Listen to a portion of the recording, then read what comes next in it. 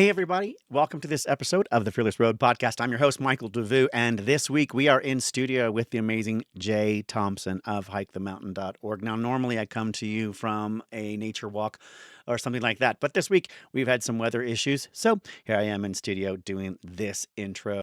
This week, Jay Thompson, hikethemountainorg.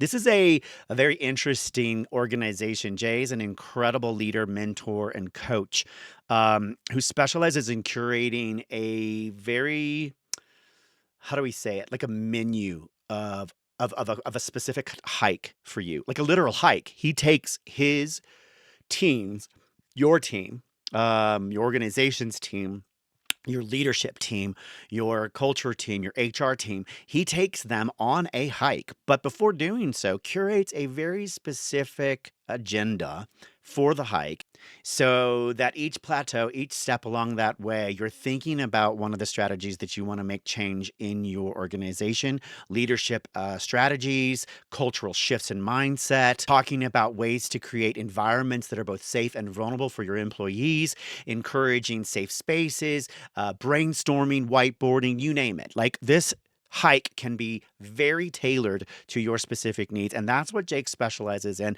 But it's also out in nature. You're also team building. You're also gaining some positive feedback and touching the earth, which is important and valuable. Jay reflects on his own personal journey, learning to pivot after a baseball, having a setback in college, where the world sort of sets him on a different path. He reflects on the importance of mentors, on diverse passions, and focusing on the end goal that can inspire comfortability with change. Jay and I discuss the power of personal responsibility in creating a workplace environment that your employees want to be in, how to let go of certain habits so that you can focus on what you're best at, and how to notice when it's time to make that change in your organization. So, listen for an enlightening conversation with Jay from Hike the Mountain, and maybe you'll discover a few ways that you can embrace change in your workplace as a leader as well. And if you're interested in getting a hold of Jay, don't forget it's Jay at hikethemountainorg. And thank you for listening to The Fearless Road. Remember, stay fearless.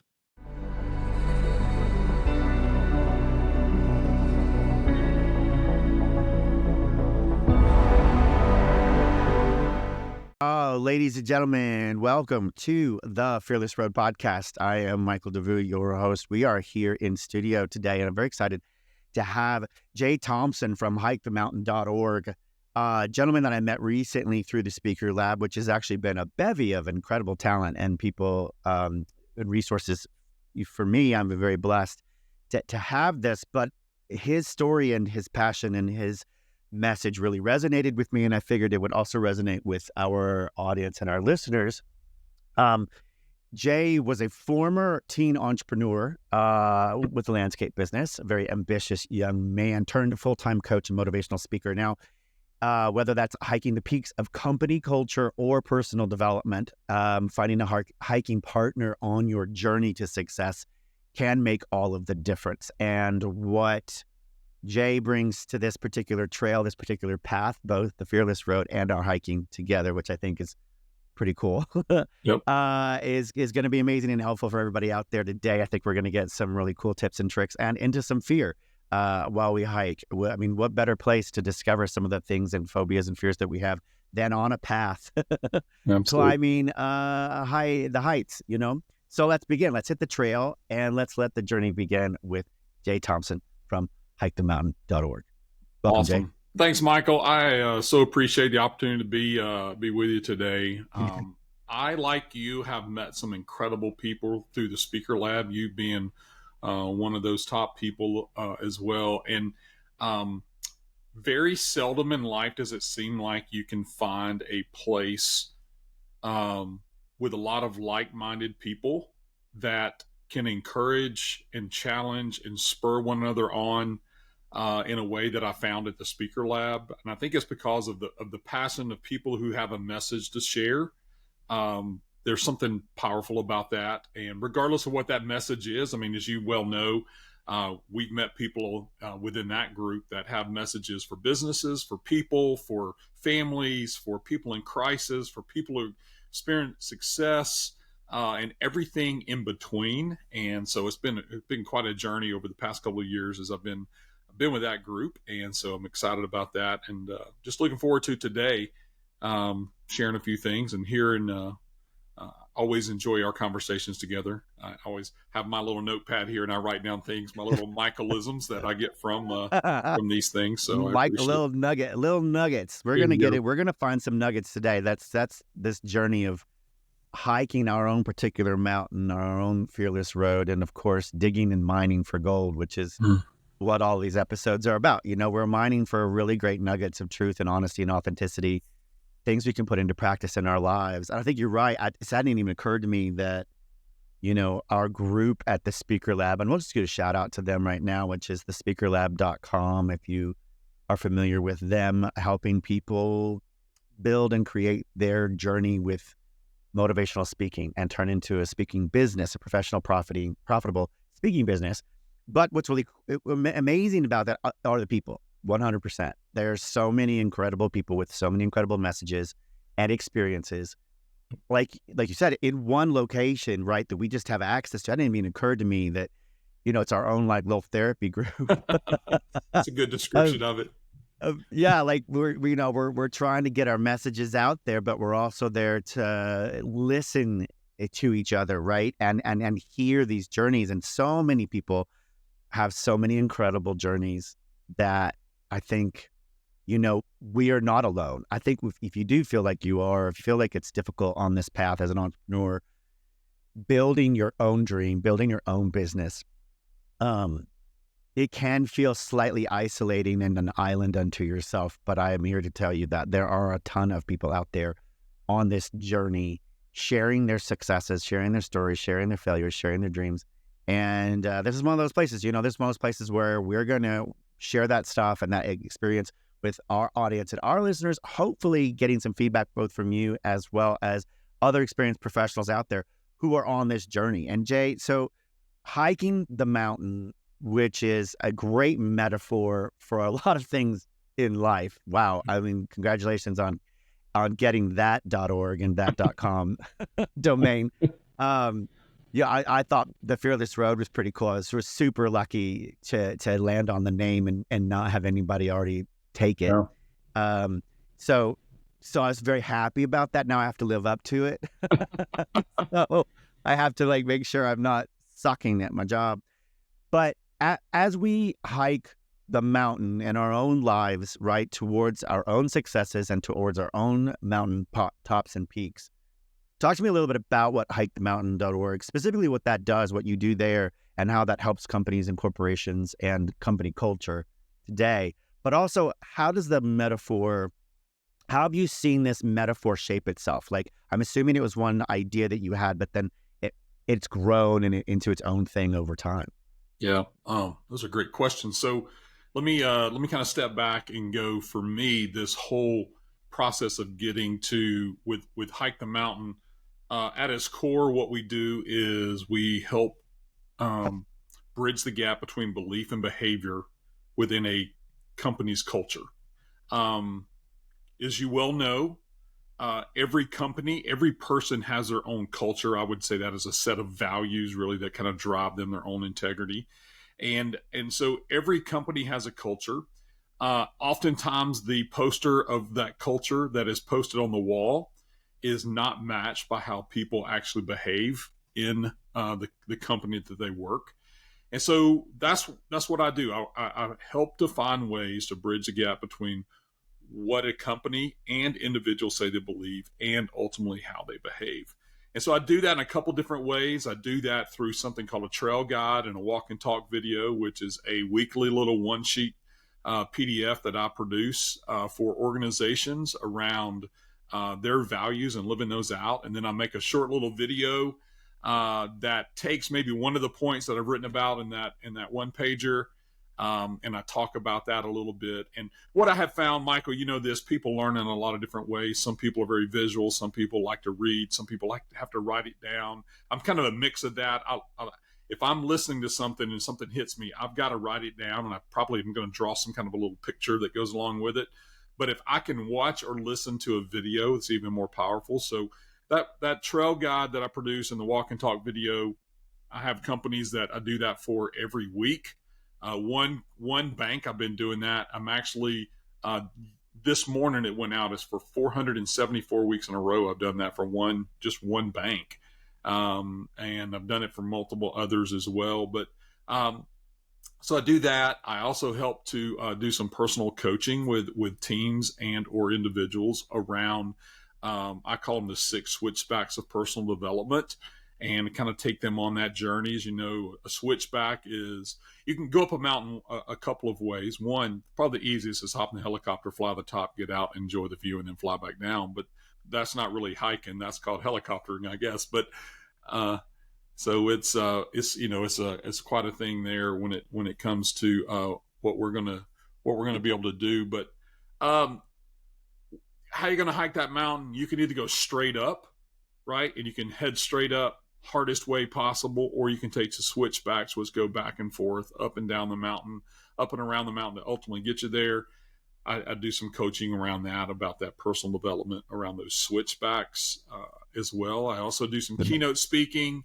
I actually even take groups out on a hike. I just call it Take a Hike, and we'll go out for a half day or for a full day, and we'll go and do a hike, and I'll share some different things I've learned on the trail when I'm out with them that way. So there's a lot of different ways in which to help to reinforce that culture when it comes to working with organizations. So that's kind of what I do when it comes to business development or personal development, business development, and helping to impact the culture of companies. That's kind of the role that I play. The birth of Hike the Mountain, where this whole thing came from, was back when I was 40 years old, long ago, 15 years ago now. I set a goal to hike the entire Appalachian Trail before I turned 50. I've hiked a little over 1,700 miles so far on the Appalachian Trail, and haven't quite finished yet before I was 50, but I've done 1,700 miles, and I've learned a lot of things along the trail. And so that's something that's kind of where my passion and stuff for hiking has come. I go for at least 2 weeks, sometimes 3 weeks out of the year.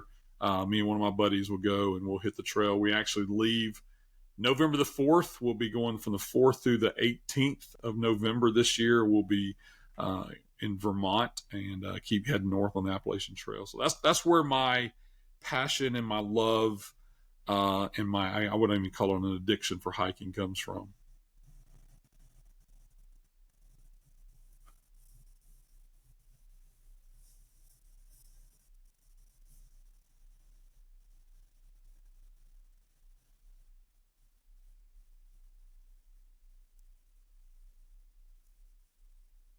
Michael, for some reason, I'm not hearing you right now. I hate to hit a pause on that. Sorry, how's that better? There we go. Perfect. There you go, folks. You know what? When you mute yourself, I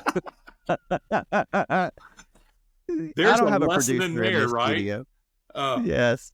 We need to learn to mute ourselves sometimes, but then sometimes when we got something worth saying, we need to remember. Oh, if my mother were alive, the things she would say right now.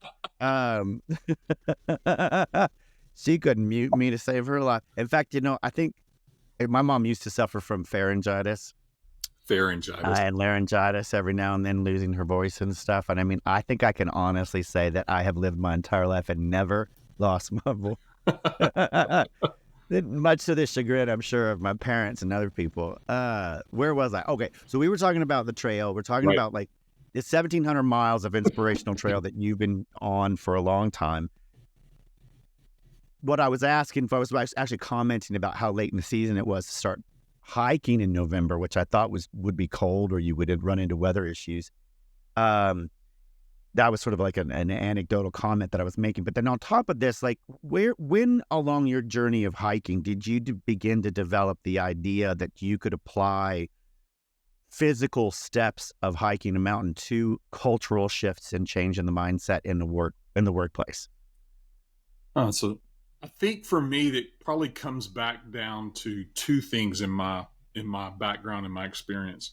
So back when I've had three big passions of what I want to do in life, I guess, through the years. One was I wanted to be a professional baseball player. So I played baseball since I was 5 years old, played all through Little League, high school, got the pitching scholarship to Georgia State as a pitcher.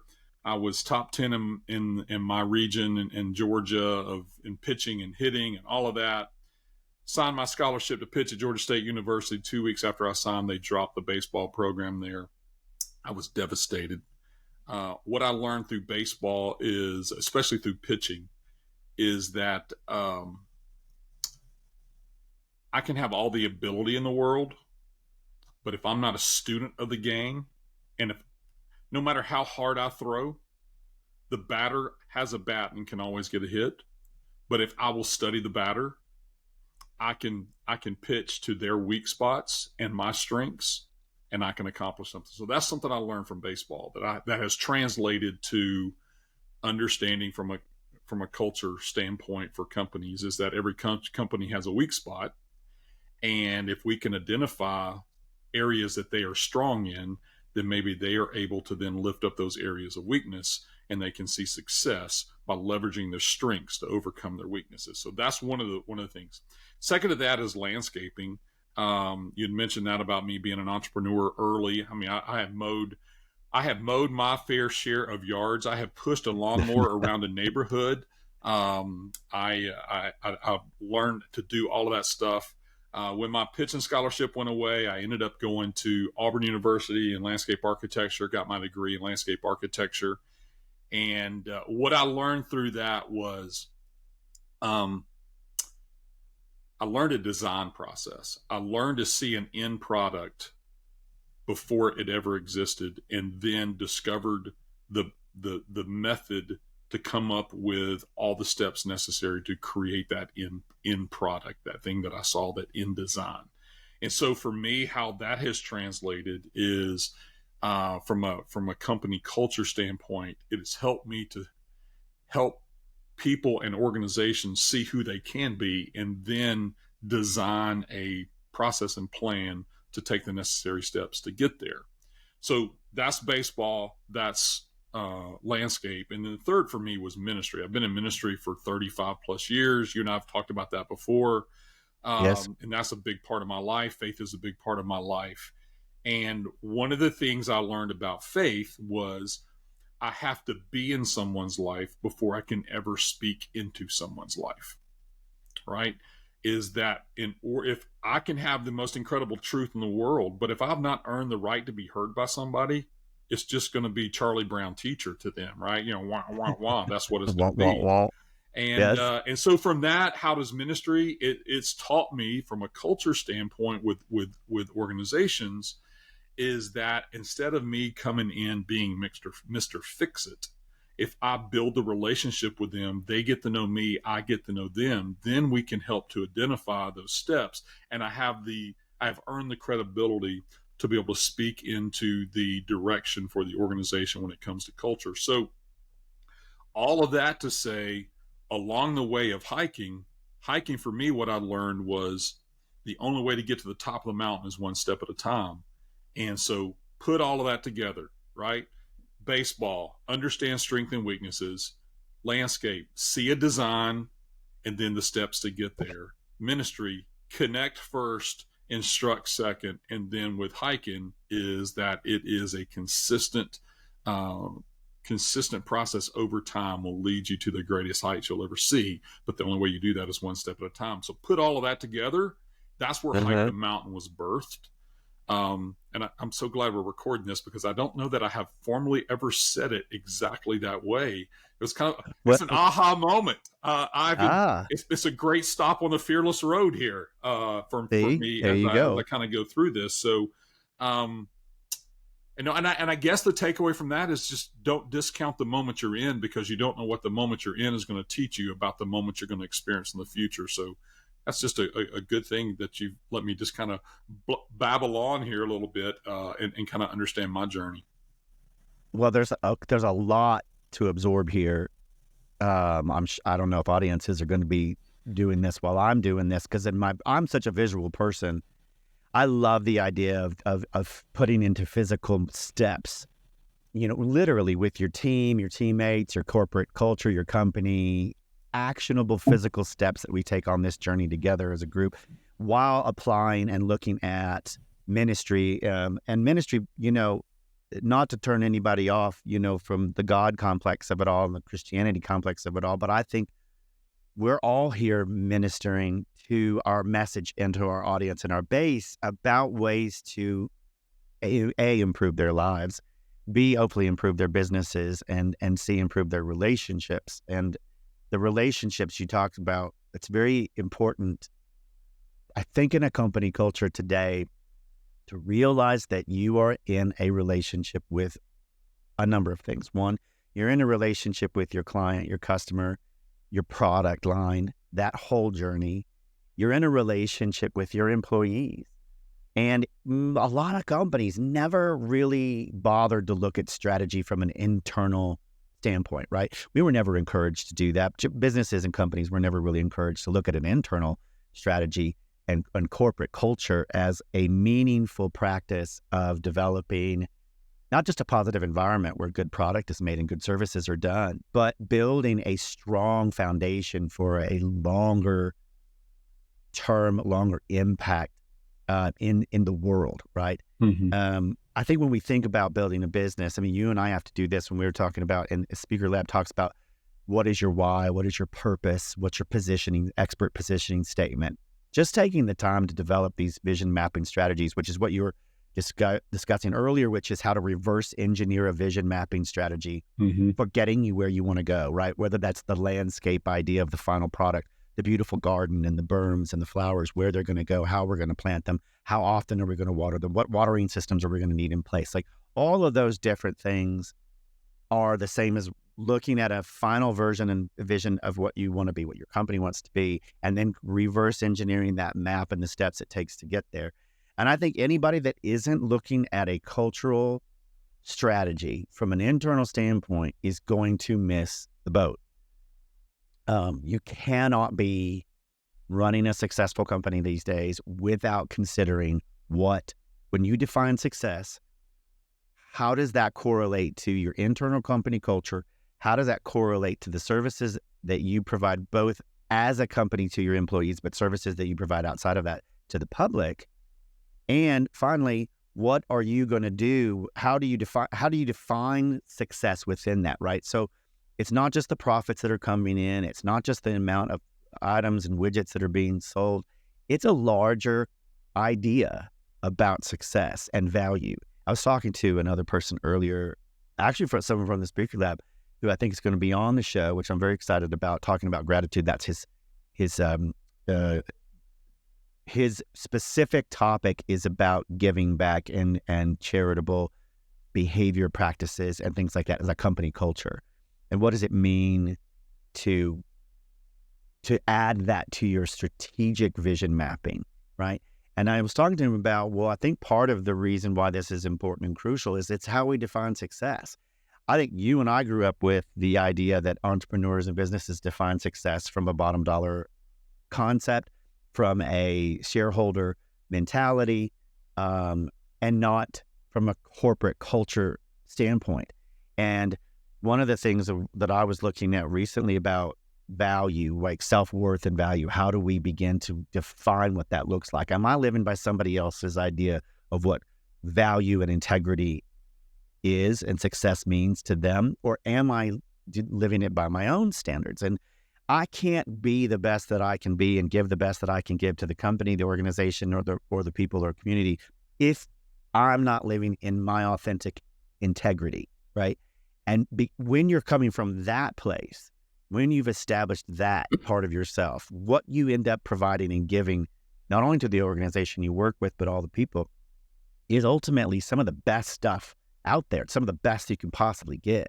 I think right now we're in a space where redefining what that looks like is happening in a number of ways, including Hike the Mountain, which I think asks the question, if you're going to build a set of steps to get you to a particular goal, have you begun to look at what the value systems are? Have you begun to look at your integrity? Have you begun to look at your impact and your cultural impact, both internally and externally? And how do you want to get there? Why do you want to get there? Like, what's the purpose if you haven't defined it yet, right? Why do you want to have the impact you claim that you want to have with your product, with your services, with your company culture. And I don't know that a lot of hopefully a lot of places are asking that question. Do you find yourself in a unique position to help them find their way? Yeah, I think it was John Maxwell said, if you find your why, you find your way. Simon Sinek said you have to start with why, his whole concept of that book. Yeah. Um, and as he talks about that, your why determines your what you do, and your what ultimately determines how you do it, right? We started, most of the time, everybody typically starts on how they're going to do something, and then what that is, and then it's the why, the how, the what, right? This is what we're going to make. We're going to make these widgets. How are we going to do it? We're going to do it through these processes. And why are we doing it? Because we want to make a ton of money. Well, at the end of the day, that I don't know that continues to get you up every Monday, um, to keep getting after what you need to get after, right? It is a bigger why, a bigger purpose, a bigger accomplishment that way. And I think that is something that falls on the leadership of every organization, is two things. One is to remind everybody in the organization that what they are doing is valuable and why it's valuable, communicating that message. And secondly, I think one of the second, if there's a 1 and a 1A for leadership is not only to remind people that what they're doing is valuable, but to help the people see that they are valuable as well. And I think that's the disconnect a lot of times, is Sure. that one, they don't see how they fit, and two, they're not perceived or recognized as being valuable to the organization. And I think Yeah. that is one of the things from a culture standpoint, how the greatest investment any company is going to make is not in a better process, not ultimately even in a better product. It's in helping to make sure you have better people, making the people that are there better. Yes. If people, I always say it this way, you have to be something before you can do something, right? And I think that is, from a leadership standpoint in an organization, you've got to help people understand their be before you harp on them on what they do. And if you Well, and we're reinforce who they are, it'll impact what they do. well, and this comes back to a real basic. We are human beings, not human doings. Right. If and I think the second part of this that struck me was we're asking our leaders, our company leaders, corporate leaders, executive leaders. And by the way, y'all have a big task in front of you. 40 some odd years, and I'm only speaking about my particular history, which is 53 years on this planet, and the majority of that was during a time when leadership did not ever include embracing, building up, and supporting your employees. It wasn't about us. It was about your product or about your service, and it had nothing to do with the staff or the employees. And I think the reason why we are where we are now is we can't sustain it. In fact, the entire, resignation generation, which I think, yes, I would probably say Gen Zs, but Gen Xs are the ones who put up with this stuff for so many years, where we thought making money was where it mattered. And now we're so dissatisfied with that thinking and that process, with that we're asking for more. We're asking for a different type of world. And I think the younger culture that's coming up underneath us is recognizing it so quickly that they're now demanding it. And we're putting in our leaders in a position where it's tough to be a leader. And with this type of ministry, this type of messaging, this type of culture, company culture change and mindset shifting, when we are individuals ourselves who don't know how to define our own self-worth and value outside of the deliverables that we provide for a company, right? If we're always meeting the bottom line in company quarterly reports and things like that, and that's where we found our value, now we're shifting the entire mindset to The value is inherent in the individuals that we build up and support and build integrity and self-worth in our company, that then, therefore, as a result of their satisfaction going up, their happiness going up, their gratitude going up, deliver a better set of products and services for us on our behalf, right? No one's ever looked at it that way, tending to the roots of a system, not just the branches and the fruit that come off of it, right? We haven't looked at it that way, and they're asking a lot from our leaders. When you work with them at Hike the Mountain, what are some of the biggest challenges you find right now with leaders who have to take on this role themselves if they're not in a position of understanding their own self-worth and value? I think it comes back to this whole thing that you talk about so often is the fear. And I think one of the number one greatest fears for most leader, I'm going to say C-level folks, that kind of stuff, people that I've connected with and work with, is the fear of vulnerability. They don't want people to be able to see behind the curtain. They don't want, there's the fear of what happens if everybody realizes I don't have it all together, or I don't have all the answers, or I don't have, and so that fear of vulnerability, I think, is one of the biggest obstacles. Let me keep it in my genre of hiking the mountain. Yep. That's one of the biggest obstacles of getting to the place that they want to be. And I think, to go back to that, you're talking about my generation, your generation.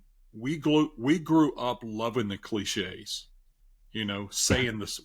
We could make a living off of cliches. If we had a dime, yeah. Right. The challenge, and I think what it is going on right now is I think people today are like, I want the reality of I want the truth of what the cliche is. Don't feed me the line without giving me the truth. And so to say, hey, there's no I in team, that's easy to say, but that's not how we live. Yeah. That we recognize your effort, but we reward their results. That's what we do. And that's the disconnect, is that because again, that the whole truth of, for people, what you reward is what's repeated. So we've rewarded probably the wrong things a lot of times. And I'm not going to say I have rewarded the wrong things in my own life that have been repeated, and I'm repeating things in my life, and I'm like, why do I do that? It's because I reward myself with that, and I need to change that. And so before I'm going to point fingers there, I think, and I have seen with people I've worked with, but I see for myself, is that fear of vulnerability, that for me to let them see the man working behind the curtain is not really Oz, the great Wizard of Oz. He's just a man pulling some levers like everybody else. I think that's scary for folks. And I think we are talking about systemic issues that our systems, especially ones you and I grew up with, had a reward-based setup for rewarding conformity, rewarding you to, deliver these things, stay in this place, dress like this, look like this. You get this perfect house, that perfect wife, this car, that job, that 401k. And the idea was that by conforming to all these things, happiness would be yours. This American dream, whatever that's supposed to mean these days, which is, to me, an American dream is what it should be called, not the American dream, because anyone can build their dream in America, and it could be different every single time, and it should be. It should be as colorful as the flag is. It should be as beautiful as the rainbow. It should be as creative as we are as a nation, as individuals, right? And not just conforming to one mindset of what success and value needs to be. That vulnerability, that fear, our leaders are going to need to step up, and they're going to need support. They're going to need a set of systems and a set of shows and podcasts and hike the mountains and whatever out there in order to help them become the people we are now asking them to be. We are now demanding from our executive leaders, our leadership in companies and corporate culture, to make these changes. And It's not without, um, it is our responsibility to A, hold them accountable, but B, provide them the support that they need. We can't just be like, you did it wrong and point the finger. We have to be in that arena with them, helping them figure out how to climb that particular mountain, how to Right. develop that corporate strategy and that mindset. And if it is a challenge and if it is difficult and you work in a corporate company where that culture is a mess and that system isn't working and they're trying to make change, be a part of that change, not a ridiculer, not a criticizer. Nobody needs somebody sitting in the cheap seat pointing fingers. We have plenty of people who aren't willing to get down into the dirt and into the arena and do the hard work. Right. Like there's a lot of people who could sit in armchair quarterback all day long. But when we are talking about real change, meaningful, impactful corporate culture change, it's everybody at the table, all hands on deck. Do you find that that's a disconnect as well? That the employees are still waiting to be led like sheep out of the dark, by some great leader, as opposed to being the leader you want to see, be the change you want to make, kind of a scenario?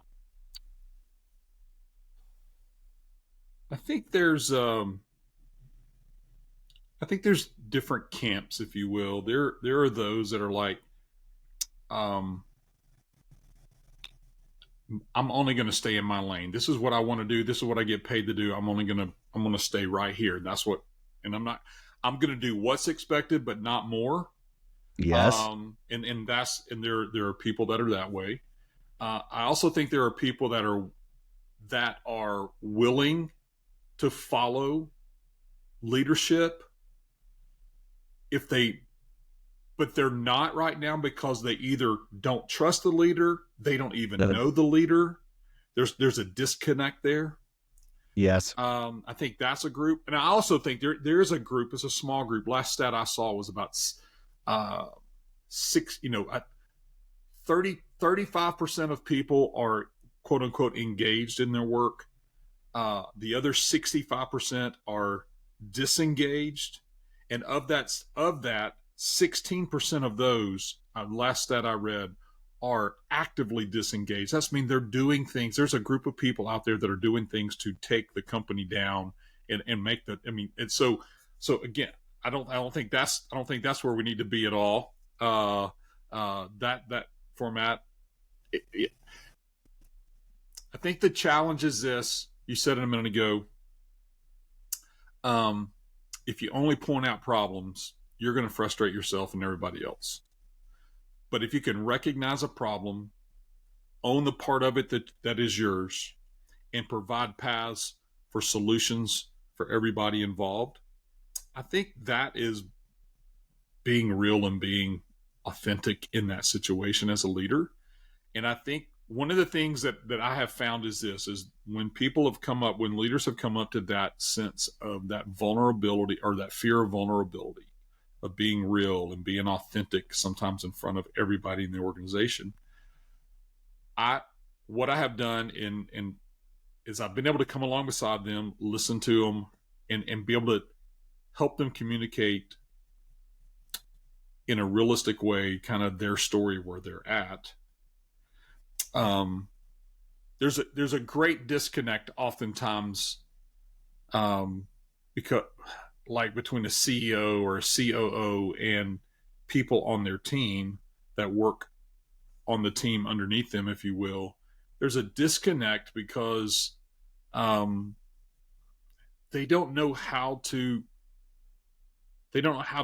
to to take what's important and speak that in a language that the troops understand, if you will, that are doing that. And that's one of the things that I work with as I work with them to go, let's find common language, and I help them tell their story of where they want to go and who they are and that kind of stuff in a way that connects more with the average person in the organization, as opposed to um, doesn't sound like I do that. I'm just listening to myself talk here, going like I'm not even thinking. I don't think I'm Well, communicating this in a but clear I way. think But you pointed, yeah, I that think you pointed it out. You hit the nail on the head here, which is developing the language. Um, we don't have that. That language is not inherent in our current systems of corporate culture, of company organization or culture. The language to use that we're talking about, which is the language of vulnerability, the language of connecting, the language of, and this is what I was going to ask you a minute ago, do you think it's important and valuable for us as a company and organization? Is it important to admit the mistakes of the past before beginning to move forward? Meaning, if we're going to establish a new paradigm, a shift in our thinking and our company culture, and we want buy-in from the employees, we want buy-in from everybody, right? Is it important to start with a fresh slate by saying, hey, this is what we used to do, this is how we used to be? When I got clean and sober, I had to admit my wrongdoings to my family members. I had to make amends to them in order to begin to make my steps moving forward. And then I had to hold myself accountable and my own integrity by continuing to make good and positive steps. When you're a CEO, a COO, CFO, and you speak on behalf of a company, these issues, these behavior problems, these challenges may not be something you developed, may not be something that it's not you who did it, but you now have to take ownership of it in order to make the change. What does that look like when we're asking someone to take responsibility for a company and its behaviors and its choices over the last however many years we're talking here, and then to enact and begin to ask for change? What language would you recommend, or do you offer these CFOs, these executive leaders, to help them start developing a way to communicate and a way to make that, to get that message across so that we can begin to see progress and actionable steps?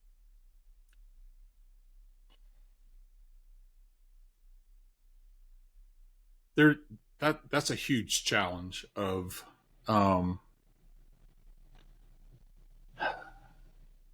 I think you have to just be open and honest and recognize the situation that you're in. I would say this: if it's something that you did as the leader, and it's your oh crap moment, right? Yeah. You got to say I messed up. I, uh, if you're open and honest about something, people may go, "Wow, man, Jay's a jerk," but at least he understands he's a jerk. I mean, so we can begin to find common ground that we all agree that I'm a jerk and was a jerk. Now, how do I not be a jerk moving forward? So I think you Right. got And to, how do I ask you to not be a jerk? yeah, Like, this is what right, we're doing is we're basically saying, please change who and how you are, but I have to do that first. Like, I have to represent that change right. for the company, I think the right? bigger And so that challenge means comes owning it. is when it was not something that you were a part of, and again, you have to recognize it and go, I know this is a Sure. challenge. I know there's baggage.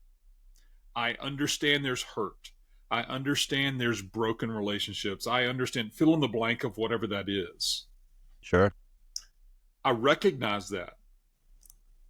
What I know is this: I can't fix what has happened, but together we can chart a path of what will happen in the future. So that's where, and the only way I know that you can ever demonstrate that commitment that you want to change is to change. I mean, I don't. My dad always and my dad always said this: it takes a whole lot of that of boys to make up for one oh shit, right? And in life, that's true. So if there's a mess up in the past, the only way you're going to show that there's a change is do a whole lot of you make the right things and do the right things moving forward. And again, there comes a point in time where you got to recognize it, but then we've got to let it go, Yes. and then to move forward, Yeah. right? I There's a mean, time for acknowledging, and then there's a time to, like, okay, now we're in the stasis of progress. right, We're no longer reflecting on whatever, right? Pick a right. place in the past and reflect on it. We are now in the midst of those changes, and here are the ways and steps that those are going to be. Can I Um, can I can I add one thing to that? sure, Sure. is I think the best way to do that is moving forward as successes happen. Don't only tell the success stories of the leaders. If you can become a success story sharer of other people within the organization. Again, it's great when I hear that my leader has accomplished something, but I feel even better when my leader shares a story of how my team in the organization accomplished something. And so I think that is that to acknowledge that from the past and to move forward is that you have to then acknowledge the incremental successes along the way of everybody in the organization as much as possible. Tell the entire story, tell everybody's story, because people identify with that. And they're like, it's one thing for me to share something I've done. It's a whole nother thing when my wife brags on something that I've done with a group of people I'm with. Man, that makes Right. me feel a ton better, right? Yep. And so I think that would be what would the advice that I give is share everyone's success story. And one of the organizations I work with, they do that phenomenal. They have an innovation suggestion platform that people can share. But then the CEO will send out a company-wide email on Sarah's innovation suggestion was phenomenal. We were able to do this, this, and this. Thank you so much for that. So again, it's not look how great we are. It was look how great you are. You've made us, and they tell that Yes. story. And that's the way to I think have impact moving forward. I think what you're Of impact describing, because we were taught, you had mentioned, how do we find the language, right? How do I Mhm. help you as a company and find the language to communicate this moving forward? And that's, I think right there, you've hit it. That's one of the ways. In order to be, in order to be a good leader, in the way that you're describing, you have to also be a good listener of what's going on in the company.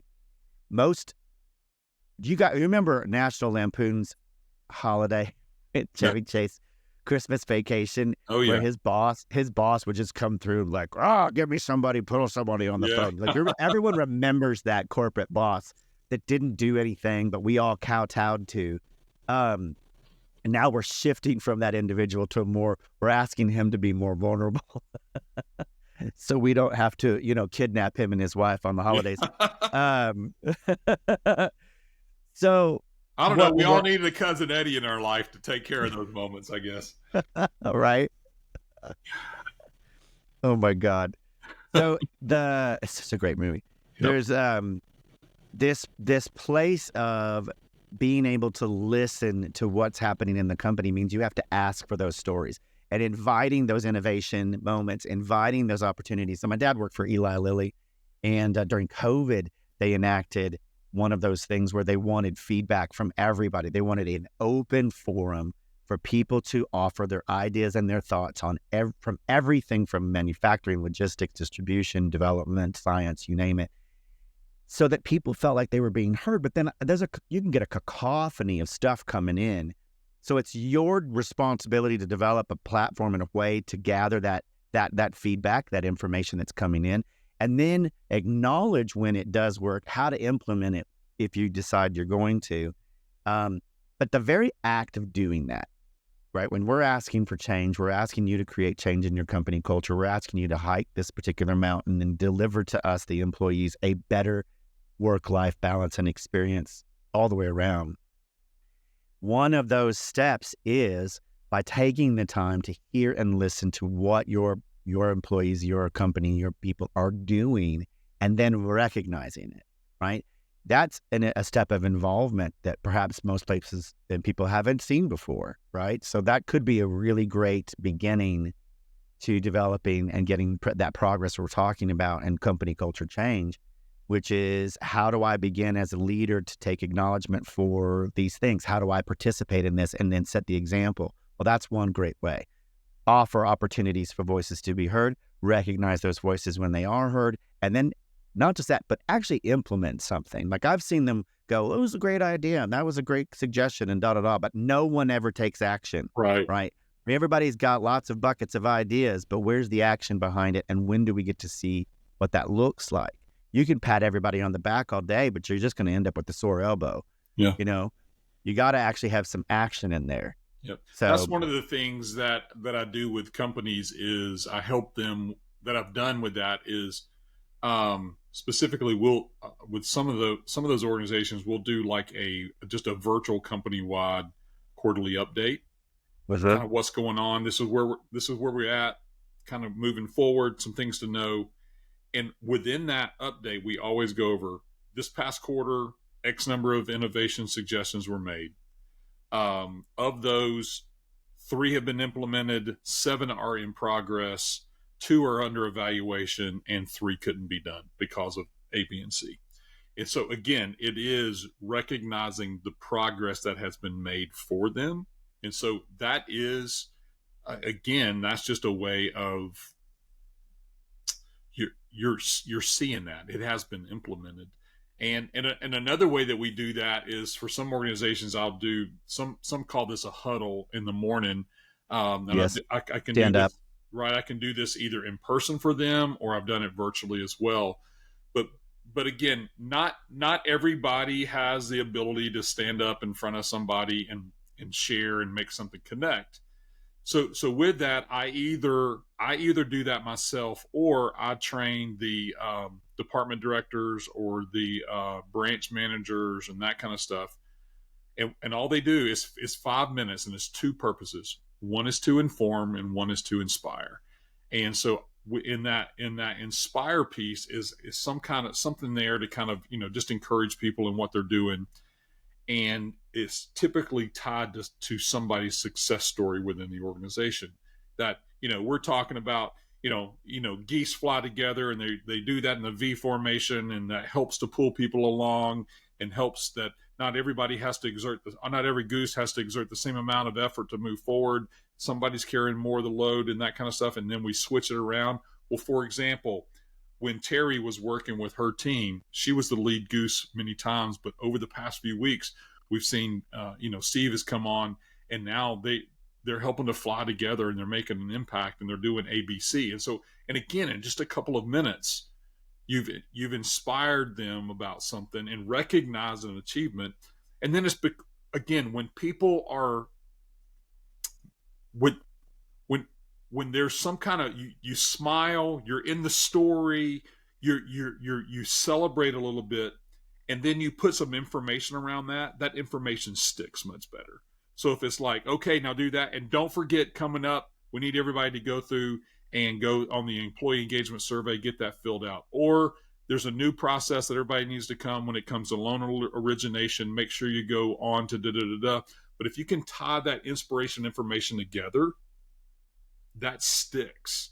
And so now that information is now connected to that story of inspiration, and it's typically remembered much more positively to begin with than it is in a negative way on some of that information. Sometimes it has to be delivered. So that's one of the things I've figured I've had an opportunity to be a part of over the past 10 or 12 years is helping the internal messaging of organizations, that, and specifically how it impacts their culture. And I've that's one of the ways that we've been able to do that. So that goes back. Are you examining reward systems at all? Like the reason why it occurs to me is I was going to ask the question, which is, how do we reward vulnerability? Right? We're asking not only our leaders to be vulnerable, but and show by example when they're asking for developing and vision mapping for cultural change, internal cultural change. But then we're also asking the employees to be vulnerable because they're going to get up and share ideas, concepts, new thoughts, processes, suggestions. When it's a failure, or when it's, and I don't like to call it a failure, because if you've learned something from it, then technically you're not failing, you're just falling and learning. How do we ask not just to share the successes, but some of the trials that we go through in being vulnerable? How do we reward vulnerability? What does that look like? Rewarding vulnerability. That's a good question. Um, Or how do we begin to look at I think it rewarding goes back to vulnerability? what you said there, is that the way you reward vulnerability and failure, mistakes, whatever, when it comes, ever how you want to couch that, Mhm. is focusing on what was learned through that is so, because of that, now we know we're going to, it led us to this next step. And that, had this not happened, we may never have gotten to this step. And so I think it is, what's the Sound of Music? Is it, is no, is it Mary Poppins, a spoonful of sugar makes the medicine go down, Yeah, right? yeah. Right. So I think the way you reward vulnerability, you reward authenticity, and um, you how you reward that for people is you take people on the journey of what we learned through that, and where that, how that has helped us to move forward. And I think if you can couch it that way, that it's not just point out the problem or the issue or the failure or the vulnerability, um, but I was writing one of the weekly resource trail guide things. I was writing that today, and I was talking about some financial stuff. And this is that you have to track your money. You have to know where you're spending it. If you don't know where you're spending it, you can't change how you're spending it. And that sometimes the vulnerability is the willingness to track where you're at so that you can get where you want to be. You can't get somewhere if you don't know where your starting point is what that whole thing is. So I think that is how you reward that. The reward is not so much, I think the reward is seeing the next step, as opposed to being focused on how you were stuck, if that makes sense. Well, yes, and I think a good way to share this, I suppose, one is, it occurred to me, like in project management, we have what's called lessons learned. And that is usually at the end of an iteration or what have you, when they talk about lessons learned, so that they can begin to take and apply those lessons forward. I think the other side of this is,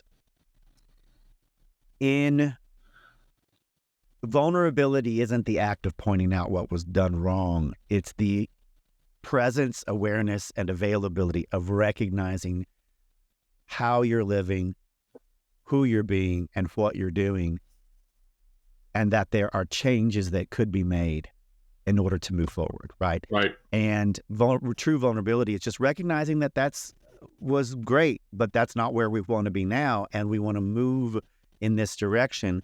So if those things aren't serving us, then that's okay. It isn't a judgment about them. They're not good or bad. They're just not serving where we're headed now. And true vulnerability is able to recognize that, point them out, and make suggestions for how to begin to move forward and make those changes. And I think gratitude. I think, we need to look at, thank you for sharing your lesson learned. Thank you for taking the time and the energy to walk down that particular path. You doing it in your department now saved 30 other people in other departments not having to make that step, or those 23 steps, and realizing that this is where we can go now, right? That is valuable, having that information. I now know, as what Edison said, I now know 10,000 ways not to make a light bulb.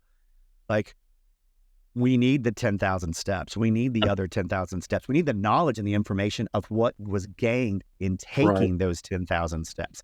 And I think a lot of companies just bypass those steps and was like, well, we just want the end result. We just want to know how it was. Well, no, there's experience to be had taking those actionable steps and recognizing, why they did or didn't work, what you can get out of them, how they can be applied in other ways. And by the way, having that perspective means that you can now take a look at those 10,000 steps and say, they didn't work here. But something I realized while taking those steps is that 2,373 of them could be applied over here and make this entire department more efficient. Most of us don't think about that. A lot of executives probably don't realize that while our staff are taking those 10,000 steps, there is value to be had from those lessons and from that information. And if it is put into a way that can then be utilized to for progress in other departments, it's a total win-win. I think you got productivity, efficiency, you've got all those different things that are improving as a result of allowing people to take the time to be vulnerable and take those steps. So let's jump back a little bit. Your OG story with fear, your origin story with fear as an entrepreneur. I started out when you were in college, losing your opportunity to play baseball. Do you, when you were talking to me before about this, it's interesting because I know a lot of people don't have the moment that happen simultaneously where they recognize opportunity, right? You had that huge change where all of a sudden the dream that you were building and what you were heading towards suddenly just disappeared. And you were able to pivot and sort of put your energy into the, creativity and landscaping and a business. How does one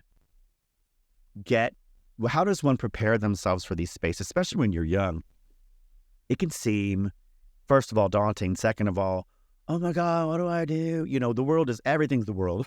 I mean, it's all the world, and it's so much bigger, and it's so much the sky is falling for us that we realize, when you get older and you've had hindsight, and you and I can look back and go like, dude, trust me, there's going to be 83,000 more of those coming. So just relax. It's going to be good. Now is the time to look at opportunity and figure out how you can pivot.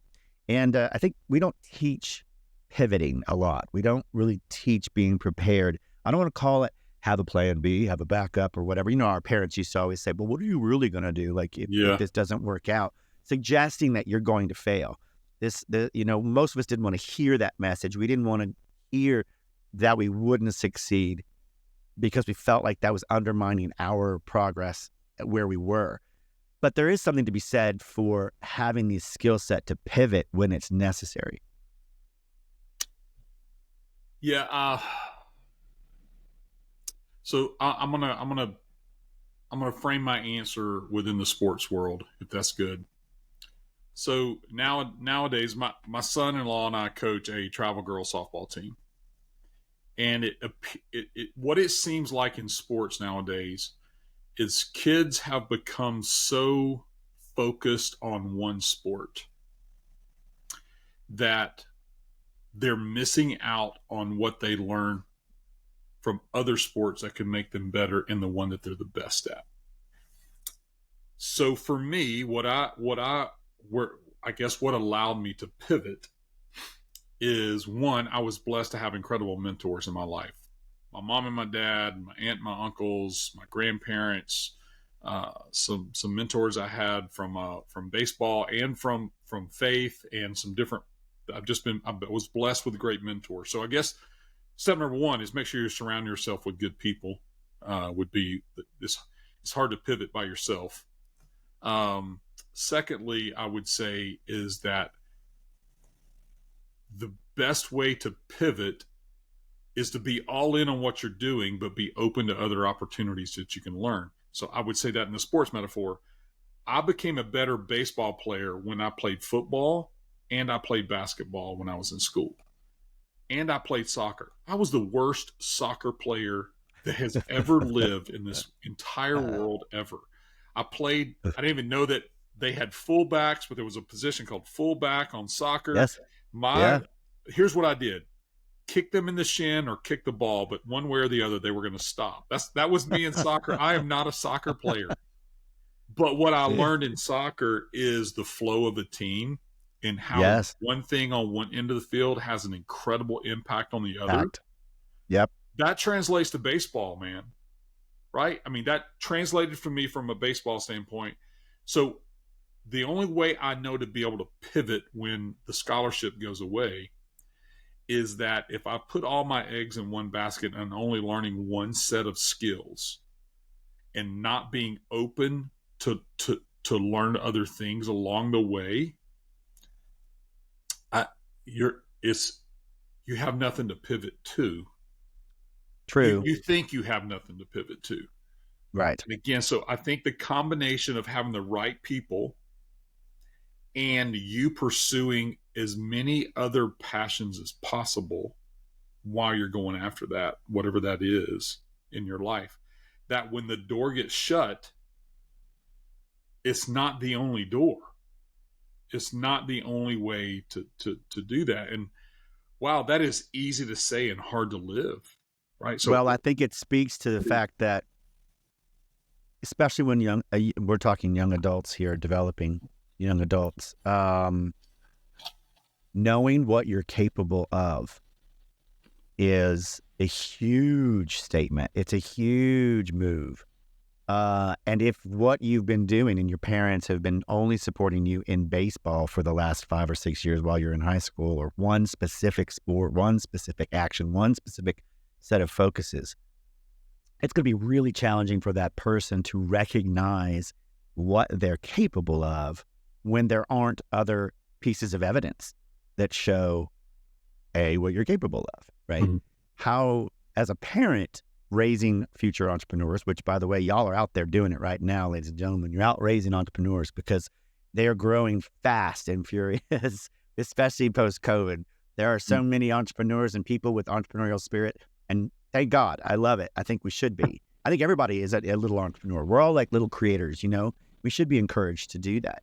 But in order to be really good at being an entrepreneur, being able to pivot and know what you're capable of are two crucial elements, I think, in terms of your own personal progress. Yeah, I think it is. For me, the I would love to say, Michael, that I just immediately pivoted to landscape, but I didn't. I didn't pivot that dramatically. The first, I was like, okay, I'm going to find another school to play at. I'm going to go try out. And so sometimes the only way you can make the big pivot is that you're willing to make the small little ones along the way. That what I found is this: I went to another school, had a bad tryout, things just didn't work out, didn't get there. Went on to school locally. Coach never talked to me about playing at that school. My buddy went to play, who got a scholarship at that school. Coach came to him and goes, "Man, where's Jay? Why is he coming out?" He goes, "Well, he's not coming. You never talked to him." And so what I did was this: is the only way I pivoted from baseball to landscape is there were some small little shifts along the way to prepare me to make that. Okay, I had to realize I pivoted from one, lost it, pivoted to another one, thought I was going to do it, didn't work out there. Is that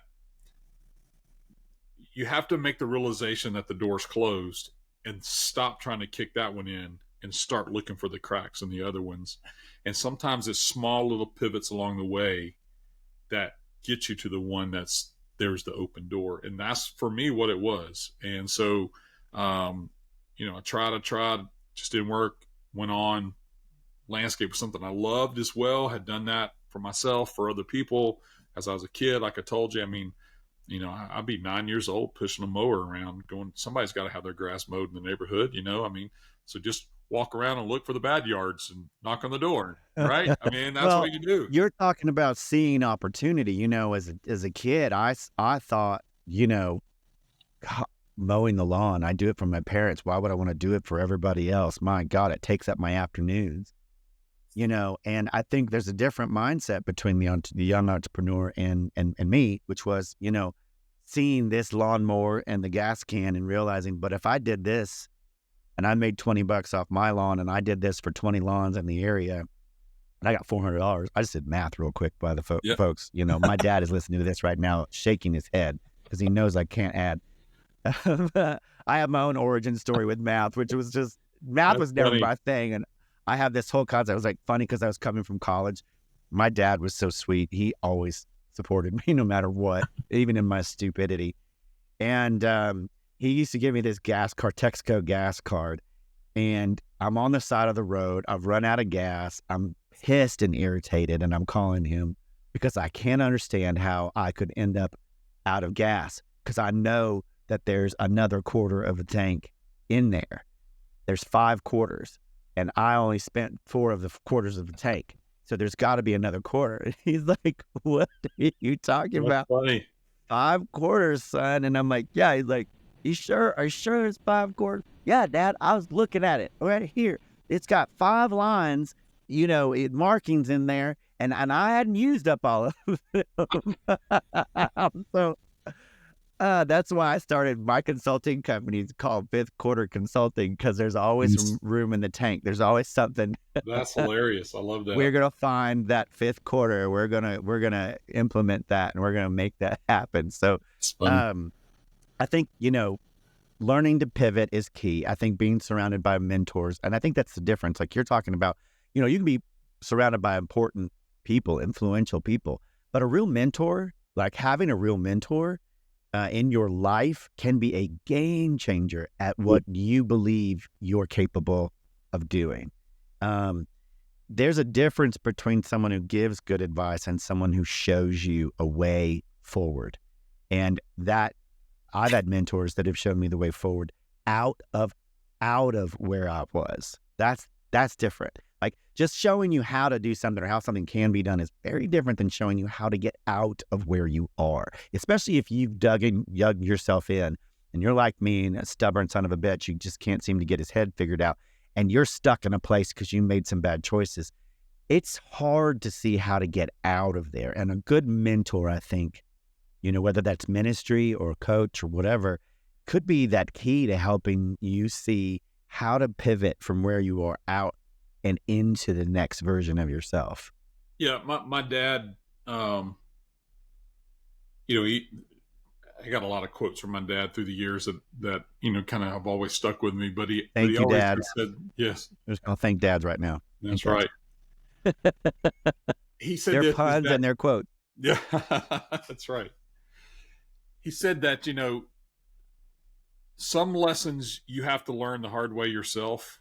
Mm-hmm. But if you can learn a lesson from someone else, that's even better, because you don't have to go through all the hard part of it of learning that. And so I think that's what a mentor does, is they are, they help you understand which obstacles you need to go through and which obstacles you should plow around, because they know that going through certain obstacles is going to make you better.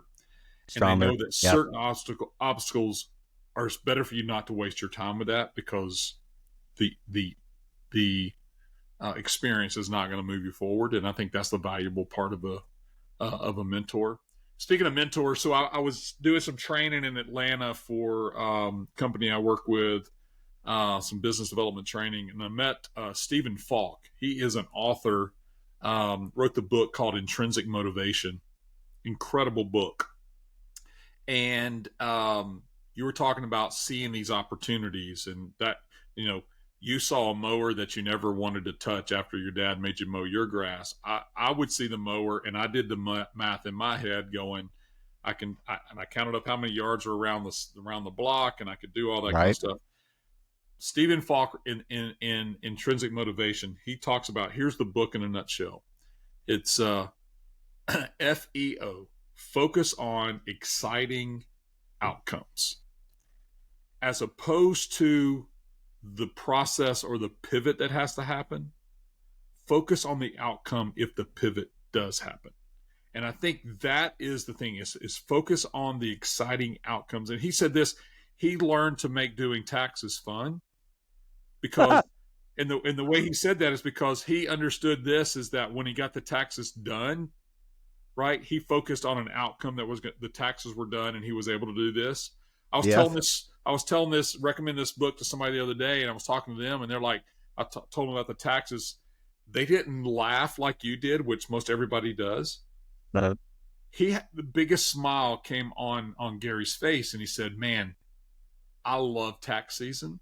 He says, because the way I've got it set up, I know this, what I get back on taxes every year funds the family vacation for us. And so I can't wait for the taxes to get done. What he's done is this: instead of focusing on the dread of doing taxes, he has learned to focus on the exciting outcome that once the taxes are done, what it brings for him and his family. And to me, that what Stephen writes about in that book, that intrinsic motivation within us, is that if we see the outcome as opposed to all the stuff that pivots are not easy, and pivots are not always comfortable, right? The only way we can be comfortable being uncomfortable is when we focus on the exciting outcome on the other side of the pivot, as opposed to everything that's going to happen when the pivot has to happen. And to me, great book, great. I got a chance to pick his brain. He was in some of the training, and during the breaks and stuff, I just sat there and had a list of questions I just went through, and I was like just getting stuff from him and stuff like that. But great book, Intrinsic Motivation, Focus on Exciting Outcomes. Well, I think this speaks That's a great to some of the things I talk about, both in this speech, which is making fear your friend, but also on this show I've mentioned a few times. The human brain loves to tell stories. It's one of the things that we just do naturally, which is we need a beginning, middle, and an end. And Yep. I think for those of us who spend a lot of our energy and time, we do great. One of the things we do as kids, and this is what humans do too, is we dream. We dream big. We dream about life. We dream about becoming superheroes. We dream about becoming doctors and space astronauts, and you name it, we dream. And then as we get older, those dreams become hobbies and projects. Those dreams become business startups. Those dreams become changing who and how we live and what we're going to do in the next moment to become the next great version of ourselves. But that doesn't mean that there isn't an unknown to this, right? The end is always unknown. We don't know what tomorrow's going to bring. We don't know what's going to happen if I put my time and my energy in building this company. I don't know that the outcome is going to be positive. I could die. It could disappear. Who knows, right? But our brain does this funny thing where it's desperate to fill in the end for us. It needs to know. For some reason, it has to have an answer. And if you don't focus on exciting outcomes, if you don't put an exciting outcome on the end of that story, your brain is going to fill it in with the things that you doubt. It's going to fill it in with the things you're not sure about. It's going to make you think, oh, you're not worthy of this. You're not capable of this. You may not have enough money for this. You didn't get trained for this. Who do you think you are? Imposter syndrome. All of those things that can come creeping on in, right? And get in our way. And I love this idea of focusing on the exciting outcome, because if you can write it down, if you can put it on a dream board, a vision board, or whatever, and you can write it down, you are engaging with the outcome. You're engaging with your future. You're engaging with potential, right? Not just waiting and wondering, not just making some plans and hoping for the best. You're engaging with it, which means that the fear, the doubt, has less opportunity to infuse itself into your future and into your energies.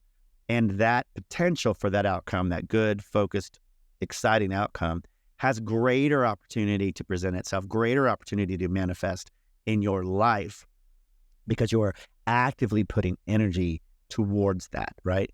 I think that's wonderful. I think that's the tip for today, folks. We're going to end the show right here.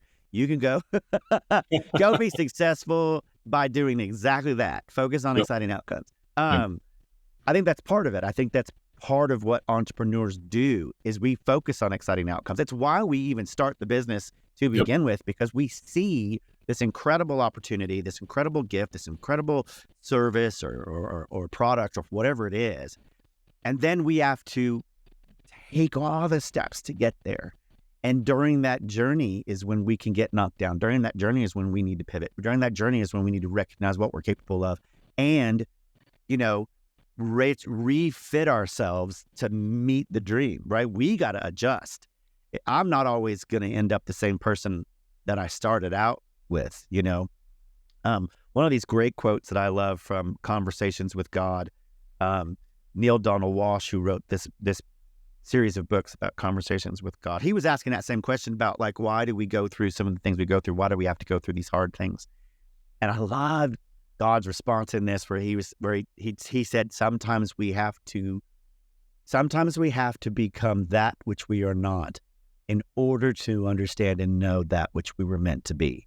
That's good. And boy, does that not spell out some of the shit I put myself through in my life, where I was like, okay. So it took me a long time to realize that which I needed to be, because I had to go through a lot of that which I was not, and go, I definitely know that's not me. I definitely know that's not what I want to do, because I've done it and I don't like it, and I don't want to do it.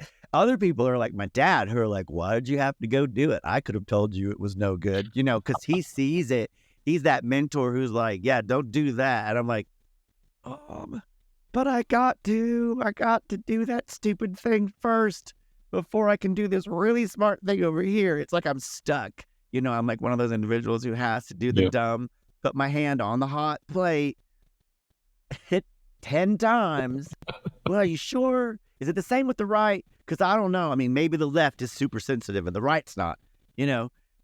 My brain does that. That's what my brain does. It's like, well, I'm gonna test you could be wrong once. And if I get it right, just in that one moment, I feel vindicated for making the stupid choice. But, trust me, folks, there's a lot of us out here who've stumbled, and you don't have to make the dumb choices if you want to learn from us. Yeah. Listen to a show, get a mentor, find somebody to help you focus on those exciting outcomes, because that is possible, and you can pivot, which is great. I think these lessons are really, really good for us. Before we move to, saying goodbye, any major obstacles, challenges, and things you currently face that you see that we need to address, or as a culture, or society, or a company, especially when you're providing coaching and consulting for these kind of services? I would wrap it up this way from a culture standpoint is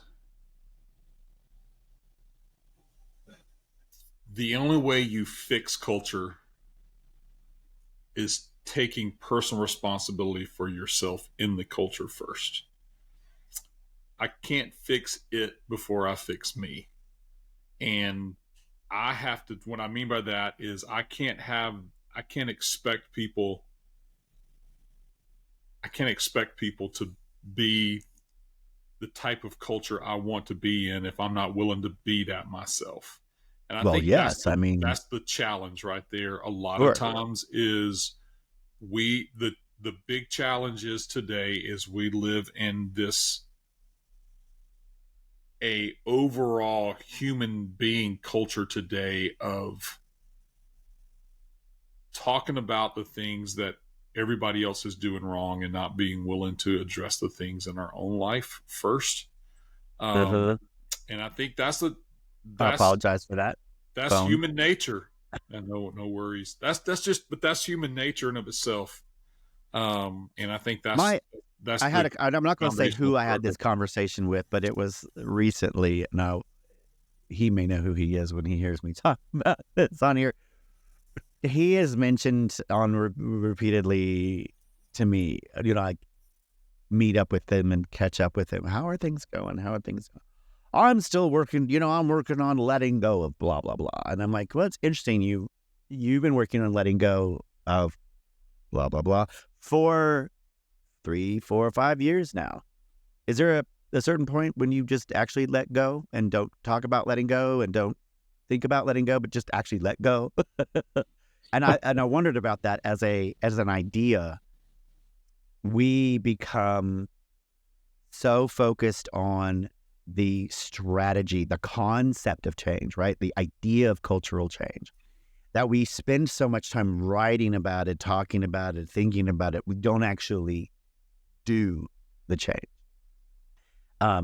Is there something we can help light a match for folks to be like, okay, it's time to shit and get off that pot? Or, yes, it's awesome that you want to implement change. It's great that you think you can have a strategy or whatever, but let's talk about some real steps you can take as a leader in your organization to begin to make this happen.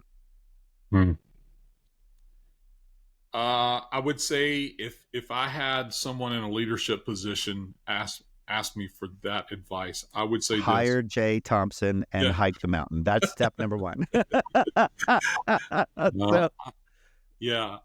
Outside of that, the second thing, I guess, I would say this is that you have to spend some time identifying the things that only you can do as a leader. And then once you've identified that, anything else that's not on that list, you need to let go and give off to somebody else. Okay. Because chances are they can do it better and more efficient than you can. And the amount of return that you're going to get from doing that versus doing the things that only you can do as a leader, not going to get that return. So that's not maybe letting go of something bad. I think I think the greater challenge is letting go of something you're good at so that you can do what you're best at. That's the Oh, harder thing to nice. let go of. Yes. Remember that, ladies. Let's repeat that one more time, would you, for everybody? Yeah, I think the harder thing to let go of is what you're good at so that you can do what you're best at. Amen. And I think a little bit of introspection and a little bit of understanding about what it is you're really good at, what you're best at, I should say, as opposed to what you're just good at, and then learning to delegate the good out to others who are best at it, Right. so that you can save your energy for the things you really need to be amazing at, is a key. Does the Hike the Mountain help leaders identify those things? Yeah, I mean that's more just in the what we do with our one-on-one coaching and stuff like that is asking that. I mean, part of those switchbacks of personal development, part of that is defining who you are, what you do best, and part of that is also accountability. So there's the switchback of definition and the switchback of accountability, and that's part of that process is of letting someone coach you is not that they've got the answers, but they lead you to discover those for yourself. And I think that's one of the things we do at Hike the Mountain from a coaching standpoint. Well, there's been, golden nuggets galore on this particular journey today, ladies and gentlemen, of hiking the mountain on the Fearless Road, by the way, which is, focus on exciting outcomes, mentorship, being able to pivot, cultural change from the inside, understanding what you're best at so that you can help others be good at what they're good at, or letting go of what you're good at and delegating that so that you can focus on what you're best at.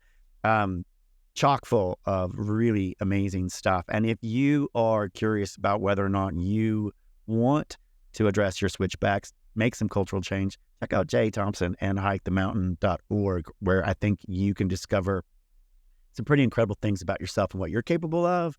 But also, I think you're going to discover what Jay's capable of, and he can bring some magic. And you brought some for us today, some incredible advice and tips and insights. Thank you very much for sharing your time with me. Again, my friend, I love talking to you. We could spend hours at this particular table, listening to each other talk about this stuff, but we may have to have you back on again to do a follow-up. But I really appreciate your time. I'm grateful to you and your family. I hope you have a wonderful trip. You're going to Curacao, I hear. Yeah, going to be Awesome. my son's getting married. Going to get to do that ceremony. It's actually a week from today, so excited about that. That's incredible. I love that for you. You have to share that with me when you get back in town. I'd love to hear about it and see the pictures. Safe travels, my friend, please. And then tips and tricks, ladies and gentlemen. If they want to find out more about Jay Thompson, where do they go? Easiest is probably just go to the website, hikethemountainorg. That's .org, not .com. Or you can just email me it's jay@hikethemountainorg, and I'll be love to connect and figure out what it looks like to hike the mountains that are in your life when it comes to that. So absolutely, way if you need help, get in touch with me that way. Yep. And if you need to look at your switchbacks or whatever, I'll put the links and things down below so you guys know where you can get more information about Jay. Jay, thank you so much for joining us on the Fearless Road, hiking our own particular mountain for success. This has been an incredible journey, and we've learned a lot, and I can't wait to learn some more from you. Thanks, blessed, Michael. Be well, stay fearless. It's been an honor, my friend. I appreciate it. You're very welcome. I appreciate you giving me the opportunity. Like I said, I always get a little bit of my Michaelisms from you, and so I got some good stuff today. Yeah, like 5 quarters of a tank. I'm here with. I'm never gonna forget that. I'm never gonna forget that. I got some gems, let me tell you. If you ever wonder. All right, ladies and gentlemen, thanks everybody for listening, for lending your ears and taking the time. Have a blessed and amazing day. Stay fearless, hike your own mountain, and remember, if you ever need help and support, we are here. Jay Thompson at hikethemountainorg, Michael DeVue at the Fearless Road. So, have a great week, everybody. We'll see you next time. Thanks.